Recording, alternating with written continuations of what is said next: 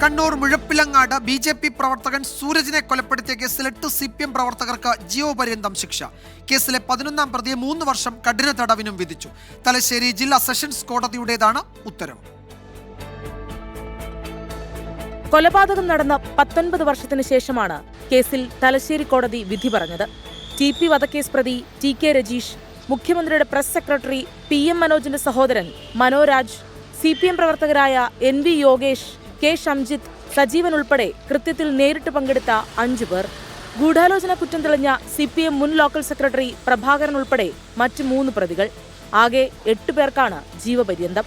പ്രതികളെ ഒളിവിൽ കഴിയാൻ സഹായിച്ച 11ാം പ്രതി പ്രദീപന് 3 വർഷം കഠിന തടവും 25,000 രൂപ പിഴയുമാണ് ശിക്ഷ. വിധിയെ പ്രോസിക്യൂഷൻ സ്വാഗതം ചെയ്തു. പിഴസംഖ്യ സൂരജിന്റെ ബന്ധുക്കൾക്ക് നൽകണമെന്നാണ് കോടതി ഉത്തരവായിരിക്കുന്നത്. അതുകൂടാതെ ലീഗൽ സർവീസസ് അതോറിറ്റിയോട് മരണപ്പെട്ട സൂരജിന് നഷ്ടപരിഹാരം നൽകാനും കോടതിയുടെ ഉത്തരവിലുണ്ട്. 20 വർഷത്തെ നിയമപോരാട്ടത്തിന് ശേഷം മരണപ്പെട്ടയാൾക്ക് നീതി കിട്ടി എന്നതിൽ വളരെ സന്തോഷമുണ്ട്. കേസിലെ 10ാം പ്രതിയെ കോടതി വെറുതെ വിട്ടിരുന്നു. CPM-ൽ നിന്ന് BJP-യിൽ ചേർന്ന വിരോധത്തിൽ സൂരജിനെ വെട്ടിക്കൊലപ്പെടുത്തിയെന്നാണ് കേസ്. 2005 ഓഗസ്റ്റ് 7-നായിരുന്നു സംഭവം. TP കേസിൽ പിടിയിലായ TK രജീഷ് നടത്തിയ കുറ്റസമ്മത മൊഴി പ്രകാരം രജീഷിനെയും മനോരാജിനെയും പിന്നീടാണ് കേസിൽ പ്രതി ചേർത്തത്. കേസിലെ 1ാം പ്രതി PK ഷംസുദ്ദീനും 12ാം പ്രതി TP രവീന്ദ്രനും സംഭവത്തിനു ശേഷം മരിച്ചിരുന്നു.